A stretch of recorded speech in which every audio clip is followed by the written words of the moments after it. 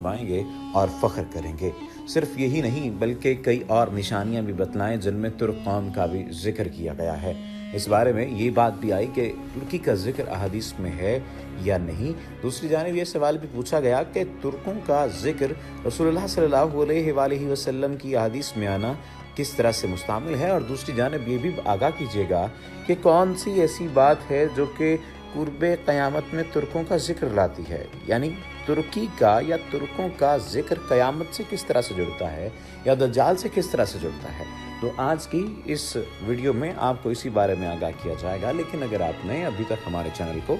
Subscribe नहीं किया तो सब्सक्रिप्शन का बटन दबाकर सब्सक्राइब कर लीजिए ताकि आइंदा आने वाली तमाम वीडियोस आपको मिलती रहें। तुर्क कौम का जिक्र अहादीस में है और उनकी कुछ ज़ाहिरी अलामात भी रसूलुल्लाह सल्लल्लाहु अलैहि वसल्लम ने बयान फरमाई हैं। लेकिन इन रवायात में तुर्क से मुराद तुर्की मुल्क नहीं है, अलबत्ता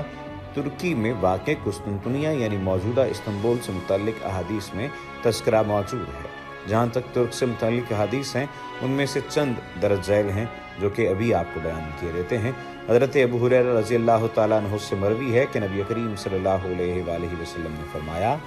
क़यामत उस वक्त तक कायम नहीं होगी जब तक तुम तुर्कों से जंग न कर लो। उनके चेहरे सुर्ख, नाकें चिपटी हुई और आंखें छोटी छोटी होंगी और उनके चेहरे चिपटी हुई कमान की मान होंगे। हज़रत अबू हुरैरा रज़ी अल्लाह तआला अन्हु कहते हैं कि रसूल करीम सल्लल्लाहु अलैहि वसल्लम ने फरमाया, क़यामत उस दिन तक नहीं आएगी जब तक तुम इस कौम से जंग न कर लो जिनकी पापोसें बालदार चमड़े की होंगी, और जब तक तुम तुर्कों से जंग न कर लोगे जिनकी आंखें छोटी, चेहरे सुर्ख और नाकें बैठी हुई होंगी, गोया उनके मुंह चमड़े की तहबते ढाल की तरह होंगे।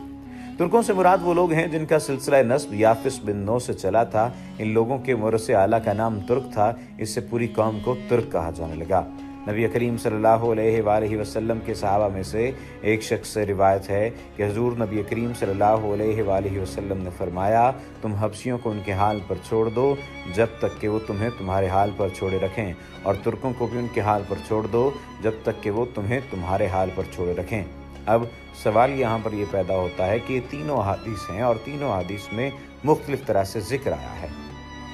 यहाँ एक सवाल ये पैदा होता है कि कुरान ने तो ये हुक्म दिया, वक़ातिलुल मुशरिकीन काफ़ा, यानी मुशरिकीन से क़िताल करो वो जहाँ कहीं भी हो। पर जब इस हुक्म में अमूम है तो हबशियों और तुर्कों के बारे में हजूर नबी करीम सल्लल्लाहु अलैहि वसल्लम ने ये क्यों फरमाया है कि तुम उनको उनके हाल पर छोड़ दो, यानी उन पर हमला करना न करो और उनके मुल्कों और शहरों पर चढ़ाई से गुरेज करो। इसका जवाब ये है कि हबशा और तुर्क का मामला इस आयत के अमूमी हुक्म से खारिज और मखसूस इस्तिस्नाई नौइयत रखता था, क्योंकि जोग्राफियाई पोजीशन के एतबार से ये दोनों मुल्क इस ज़माने की इस्लामी ताकत के मरकज़ से बहुत दूर दराज फासले पर वाक़ थे, और इस्लामी छावनियों और इन मुल्कों के दरमियान दश्त व बयाबां का एक ऐसा दुश्वार गुजार सिलसिला हायल था जिसको आम हालात में अबूर करना हर एक के लिए मुमकिन नहीं था।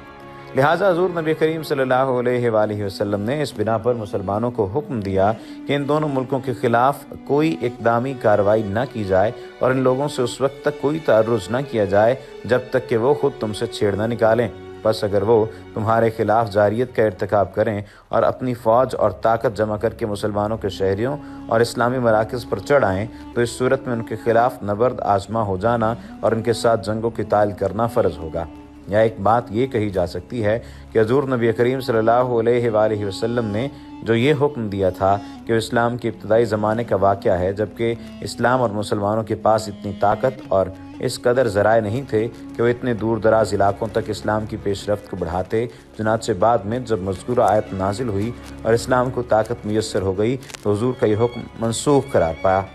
रही बात तुर्की की और तुर्की के शहर कुस्तुनतुनिया की, तो इससे मुतालिक हदीस में एक ज़िक्र मौजूद है।